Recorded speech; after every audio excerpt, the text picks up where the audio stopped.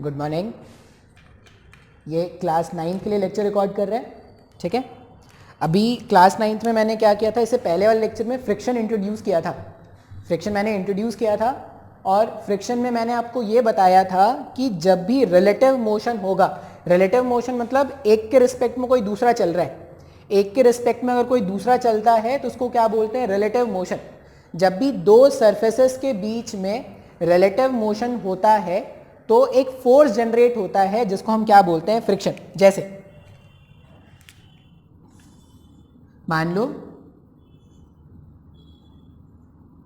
एक m मास का block है, ठीक है, m मास का ब्लॉक है और ये ग्राउंड में रखा हुआ है। m मास का ब्लॉक जो क्या है, ग्राउंड में रखा हुआ है, सिंपली ऐसे ग्राउंड में रखा हुआ है। और ये जो ग्राउंड है वो कैसा है, रफ। ग्राउंड जो है वो कैसा है, रफ ग्राउंड है, ठीक है। अच्छा, अब यहां पे अगर मैं पूछूं कि यहां पे कोई फोर्स ऑफ फ्रिक्शन है क्या, अगर मैं आपसे कोई पूछूं कि कोई फोर्स ऑफ फ्रिक्शन है क्या यहां पर, तो इसका आंसर है नहीं। बोलेगा सर क्यों, ये तो रफ है। इस वाले केस में अगर मैं बोलूं एग्जाम्पल वन में फ्रिक्शन जो होगा, फ्रिक्शन क्या होगा, जीरो होगा। ऐसा क्यों? क्योंकि ये जो ऑब्जेक्ट है ना, ये ऑब्जेक्ट आराम से रखा हुआ है।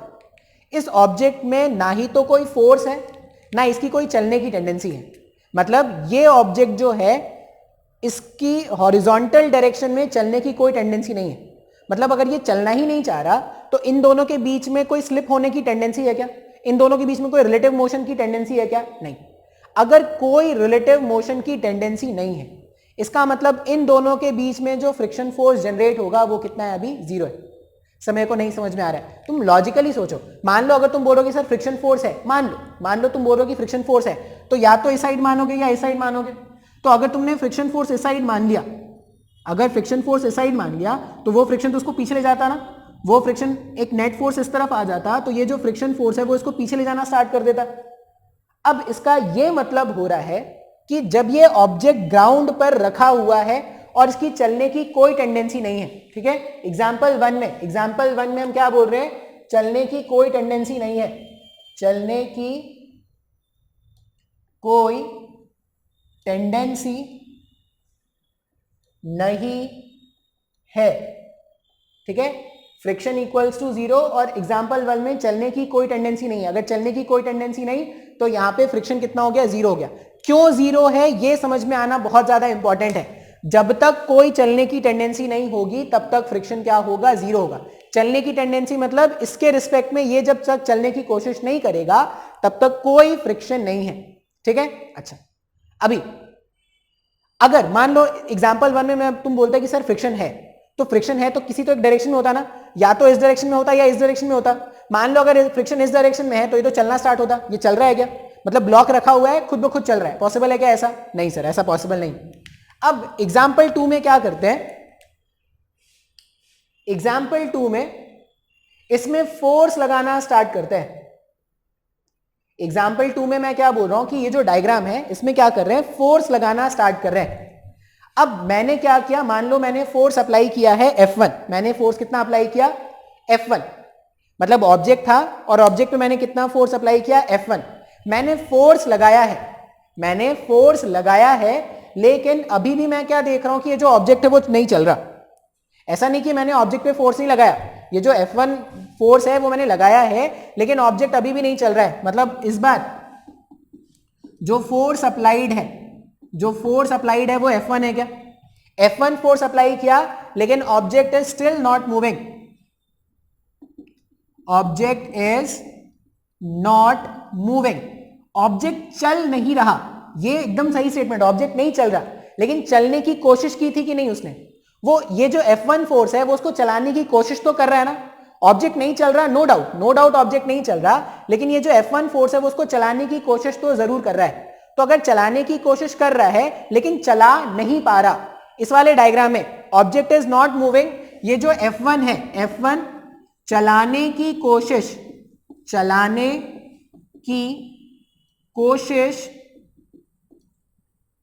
कर रहा है, चलाने की कोशिश कर रहा है पर चला नहीं पा रहा, ठीक है। F1 जो फोर्स है वो ऑब्जेक्ट को चलाने की कोशिश कर रहा है पर चला नहीं पा रहा। अब ऑब्जेक्ट क्यों नहीं चलता? मान लो कोई ऑब्जेक्ट है, मैंने इधर फोर्स लगाया, वो क्यों नहीं चल रहा होगा? वो इसीलिए नहीं चल रहा होगा क्योंकि जितना फोर्स मैंने इधर अप्लाई किया है, जितना फोर्स मैंने इधर अप्लाई किया है, उतना ही फोर्स एक ऑपोजिट डायरेक्शन में जनरेट हुआ होगा क्या? अब ये जो फोर्स जनरेट हुआ है जिसको मैं रेड से दिखा रहा हूं, उसी को मैं क्या बोल रहा हूं? फ्रिक्शन। बात समझ में आ रहा? अगर मैंने F1 फोर्स लगाया और ऑब्जेक्ट नहीं चल रहा है, इसका मतलब क्या है? जितना फोर्स मैंने इस तरफ से लगाया है उतना ही फोर्स कोई ऑपोजिट डायरेक्शन से लगा रहा होगा क्या? तो ऑपोजिट डायरेक्शन में जो फोर्स आ रहा है ये किसी ने लगाया तो नहीं है ना, ये सरफेस में जो कांटेक्ट था उसके कारण डेवलप हुआ है। तो इस केस में जो फ्रिक्शन है, इस केस में एग्जांपल 2 में जो फ्रिक्शन होगा वो F1 के इक्वल हो जाएगा क्या? हाँ या ना? सर मेरे को नहीं समझ में आया। एग्जाम्पल 1 जो था, एग्जाम्पल 1 में था कोई फोर्स नहीं था तो कोई चलने की टेंडेंसी नहीं, कोई चलने की टेंडेंसी नहीं, तो जो फ्रिक्शन फोर्स डेवलप हुआ वो भी कितना हुआ? 0 हुआ। एग्जाम्पल 2 के बारे में बात करें, अगर एग्जाम्पल 2 के बारे में बात करेंगे तो मैंने अप्लाइड फोर्स, मैंने फोर्स अप्लाई किया लेकिन मैं ये देख रहा हूं कि ऑब्जेक्ट चल नहीं रहा। अगर ऑब्जेक्ट नहीं चल रहा इसका ये मतलब होगा कि इसका ये, अच्छा चल नहीं रहा लेकिन चलने की टेंडेंसी तो है ना, चलने का कोशिश कर रहा है, चल नहीं रहा, नो डाउट नहीं चल रहा। ऐसा नहीं सोचना कि सर जब ऑब्जेक्ट चलेगा तभी फ्रिक्शन लगेगा, नहीं, जब ऑब्जेक्ट चलने की कोशिश भी कर रहा होगा ना तभी फ्रिक्शन लग सकता है। या तो ऑब्जेक्ट चलता रहे या चलने की कोशिश करे, दोनों ही केसेस में फ्रिक्शन लगेगा। लेकिन अगर वो चलने की कोशिश ही नहीं करेगा ना, मान लो चलने की कोशिश भी नहीं कर रहा, तब कोई फ्रिक्शन नहीं है। क्लियर है क्या? ये समझ में आ रहा है थोड़ा बहुत? तो यहां पे मैंने बोला कि F1 चलाने की कोशिश कर रहा है पर चला नहीं पा रहा, तो ये जो फ्रिक्शन फोर्स होगा वो F1 के बराबर हो गया क्या? एग्जाम्पल 2 समझ में आया? अच्छा एग्जाम्पल 3 देखते हैं। एग्जाम्पल 3 के बारे में अगर मैं बात करूं,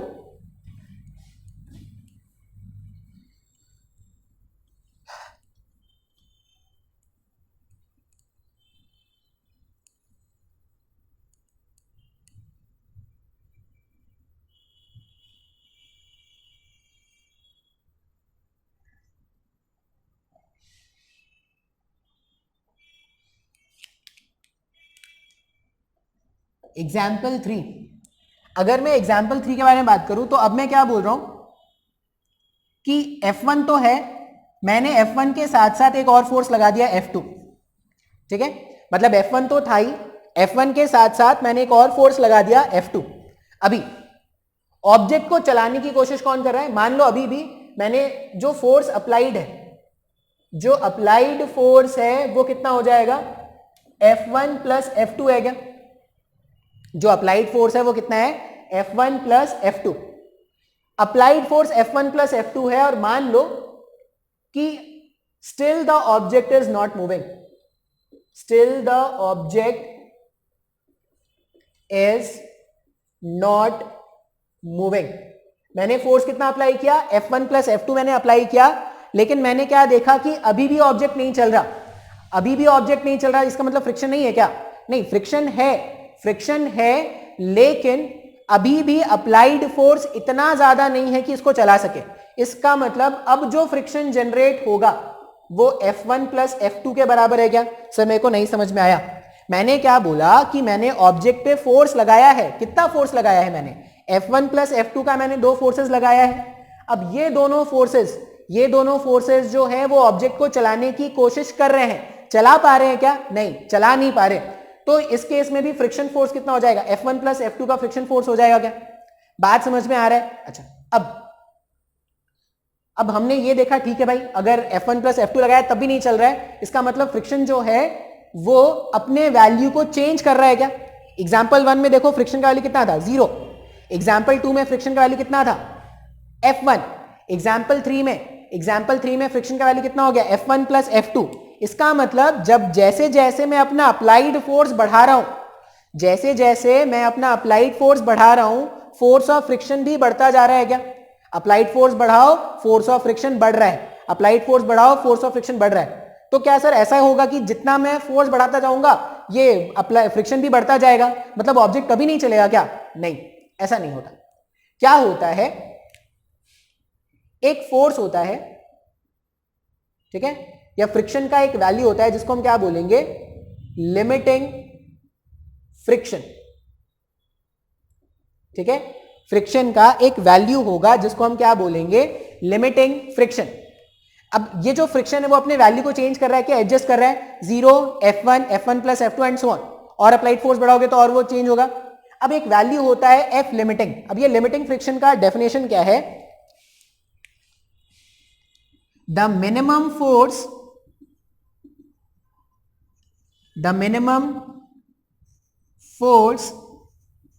required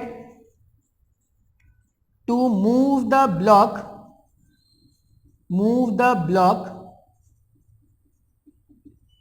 in a rough surface।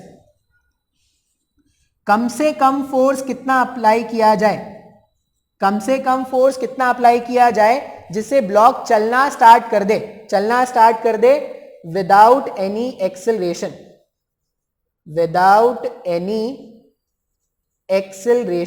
ये अपने को याद रखना है। लिमिटिंग फ्रिक्शन क्या है, फ्रिक्शन का, ठीक है, अप्लाइड फोर्स का minimum value, minimum force required, ये कौन सा फोर्स है, minimum force, applied force, minimum force required जिससे ऑब्जेक्ट जो है वो रफ सरफेस में चलना स्टार्ट कर दे बिना किसी फ्रिक्शन के। या तो आप ऐसा याद रख सकते हो, या लिमिटिंग फ्रिक्शन का आप ऐसा भी डेफिनेशन याद रख सकते हो। क्या याद रख सकते हो,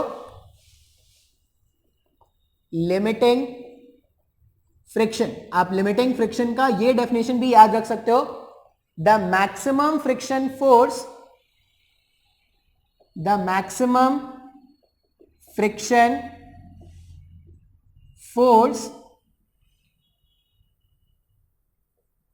that can be generated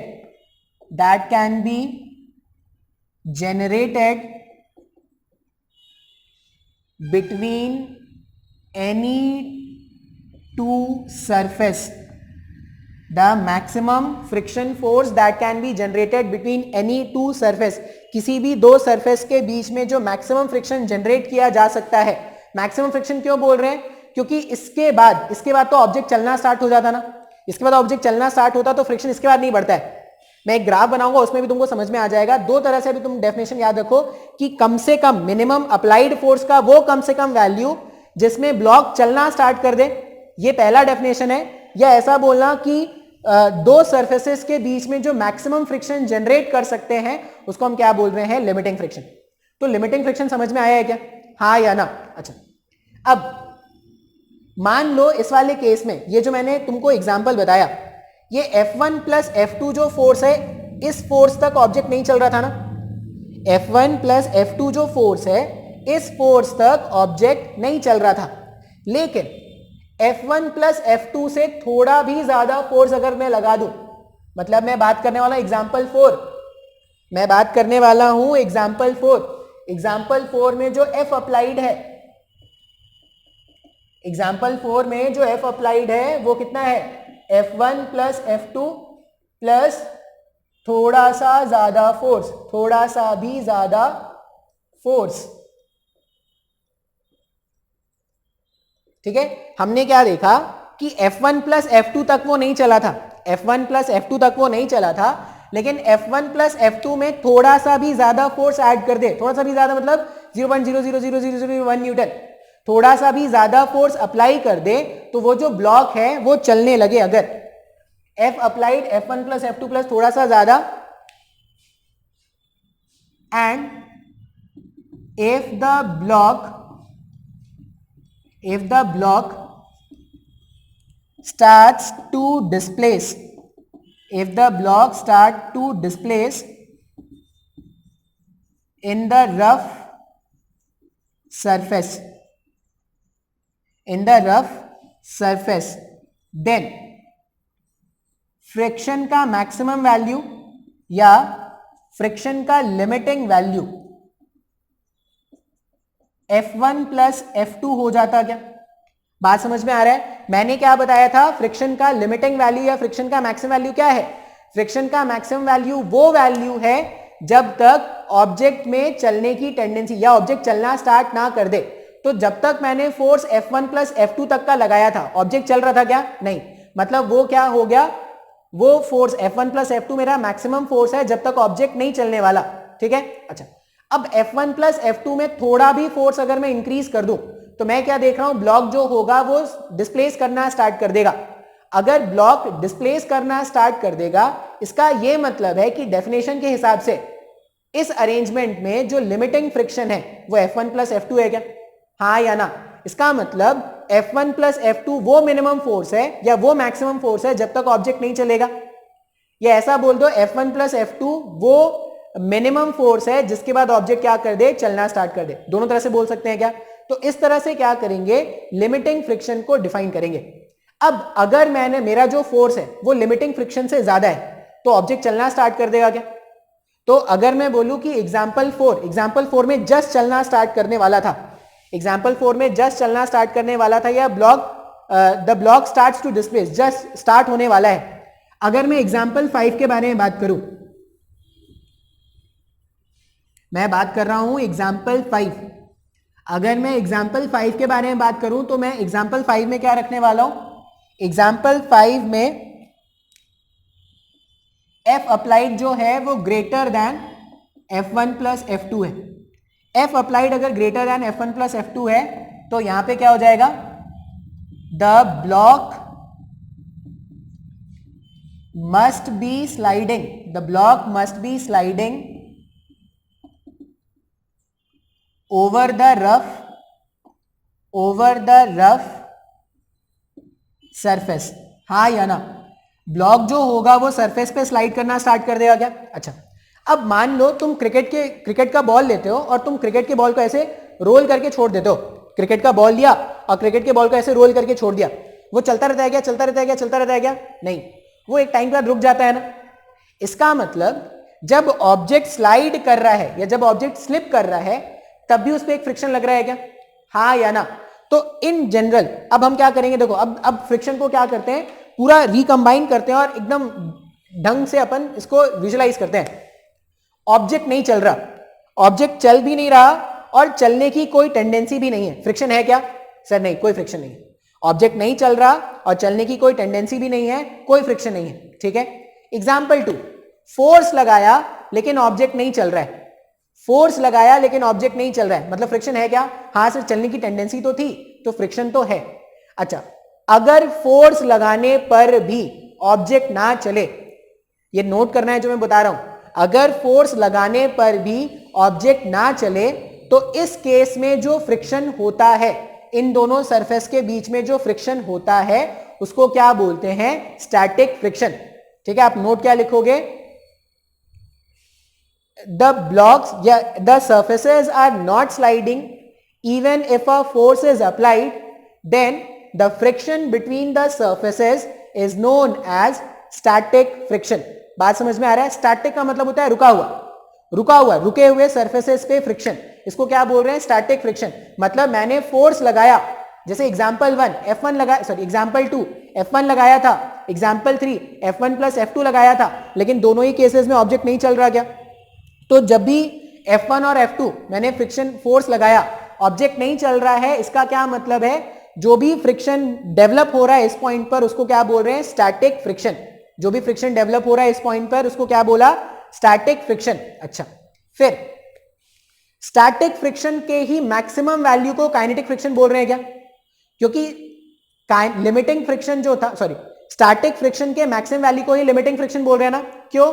क्योंकि लिमिटिंग फ्रिक्शन ही तो वो मैक्सिमम वैल्यू है फ्रिक्शन का जब तक ऑब्जेक्ट स्लाइड नहीं कर रहा।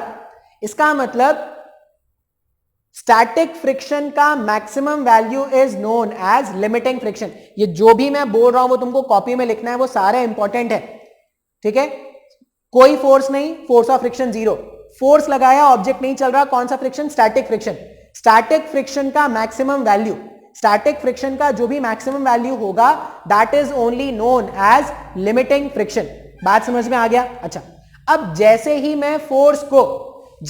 मैं फोर्स को लिमिटिंग फ्रिक्शन से ज्यादा रख दूं, लिमिटिंग फ्रिक्शन से ज्यादा रखने पर, फोर्स को लिमिटिंग फ्रिक्शन से ज्यादा रखने पर जो फ्रिक्शन डेवलप होता है, अब क्या हो जाएगा? लिमिटिंग फ्रिक्शन से ज्यादा अगर फोर्स हो गया, F1 F2 और F3 भी है, तो लिमिटिंग फ्रिक्शन से ज्यादा हो गया क्या? इस केस में ऑब्जेक्ट चलना स्टार्ट कर देता है। अब अगर ऑब्जेक्ट चलना स्टार्ट कर देता है तब जो फ्रिक्शन लगता है उसको क्या बोलते हैं? Kinetic friction. तो काइनेटिक फ्रिक्शन में क्या याद रखोगे? When the object is moving and the surface is rough, when the object is sliding and the surface is rough, the friction developed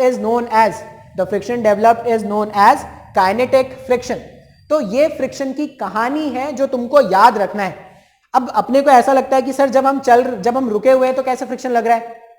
जब हम रुके हुए हैं तो अलग तरह का फ्रिक्शन है, स्टैटिक फ्रिक्शन। अच्छा, रुके हुए होने का मतलब ये नहीं कि चलने की टेंडेंसी नहीं है, अलग अलग केसेस है। ब्रॉडली क्लासिफाई करोगे तो 4 तरह के केस है भाई। रुका हुआ और कोई चलने की टेंडेंसी नहीं, फ्रिक्शन 0। रुका हुआ, चलने की टेंडेंसी है, स्टैटिक फ्रिक्शन। रुके हुए फ्रिक्शन का मैक्सिमम वैल्यू लिमिटिंग फ्रिक्शन। चल रहा है तब जो फ्रिक्शन लगेगा काइनेटिक फ्रिक्शन। तो इस तरह से फ्रिक्शन को क्या करने वाले हैं? कैटेगराइज करने वाले हैं। अब एक ग्राफ बनता है अप्लाइड फोर्स। अच्छा, हमने क्या देखा? फ्रिक्शन क्या कर रहा है? अपने वैल्यू को एडजस्ट कर रहा है क्या? सेकंड जो इंपॉर्टेंट यहां पे नोट लिखोगे वो क्या लिखोगे? Friction is a self adjusting force. Friction जो है वो अपने वैल्यू को एडजस्ट कर रहा है क्या? एग्जांपल 1 में देखो, एग्जांपल 1 में फ्रिक्शन कितना? 0। एग्जांपल 2 में क्या था? एग्जांपल 2 में F1। एग्जांपल 3 में F1 प्लस F2। फ्रिक्शन अपने वैल्यू को एडजस्ट कर रहा है क्या?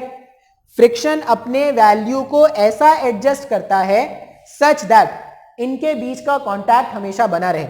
मतलब फ्रिक्शन जो है ना, अब फ्रिक्शन के बारे में क्या क्या जान चुके हैं? एक तो टाइप ऑफ फ्रिक्शन जान चुके हैं। अब फ्रिक्शन के बारे में अलग से कुछ पॉइंट अगर लिखोगे, फ्रिक्शन इन दोनों के बीच में जो कांटेक्ट है उसको हमेशा बनाए रखना चाहता है। तो अब कोई तुमसे पूछा है कि फ्रिक्शन क्या करना चाहता है, तो दो सरफेसेस के बीच में जो कांटेक्ट बना है ना, फ्रिक्शन उसको मेंटेन रखना चाहता है। फ्रिक्शन ये कभी नहीं चाहता कि इन दोनों के बीच में कोई स्लिपिंग हो, क्योंकि जैसी ही स्लिपिंग होनी स्टार्ट हो जाएगी इनका कांटेक्ट छूट जाएगा क्या। तो फ्रिक्शन एक बहुत ही अच्छा फोर्स है जो दो लोगों को या दो सरफेसेस को साथ साथ रखना चाहता है। बात समझ में आया है? ये पहला पॉइंट आपको लिखना है। दूसरा पॉइंट आप क्या लिखोगे? Friction is a self adjusting force. Friction जो है वो एक सेल्फ एडजस्टिंग फोर्स है जिसका वैल्यू अप्लाइड फोर्स के अकॉर्डिंग चेंज हो रहा है क्या? हाँ या ना? Friction is a self adjusting force the value of which adjust according to the applied force till the object is not moving. ठीक है, ये अपने को लिखना है। Friction is a self adjusting force whose value adjusts according to applied force till the object is not moving। और तीसरा point जो आप याद रखोगे वो याद रखना कि एक ग्राफ बनाने वाले हैं किसके बीच में? तो यहां पे रखने वाले हैं अपन फ्रिक्शन फोर्स। यहां पे क्या रखने वाले हैं? Friction force. और यहां पर क्या रखने वाले हैं? F applied. बात समझ में आ रहा है? अभी ध्यान से देखना है ये ग्राफ। जब फोर्स अप्लाइड है 0, जब अप्लाइड फोर्स है 0 तो फ्रिक्शन भी 0 है क्या? अप्लाइड फोर्स 0 है तो फ्रिक्शन भी क्या है? 0 है। तुम अप्लाइड फोर्स बढ़ाना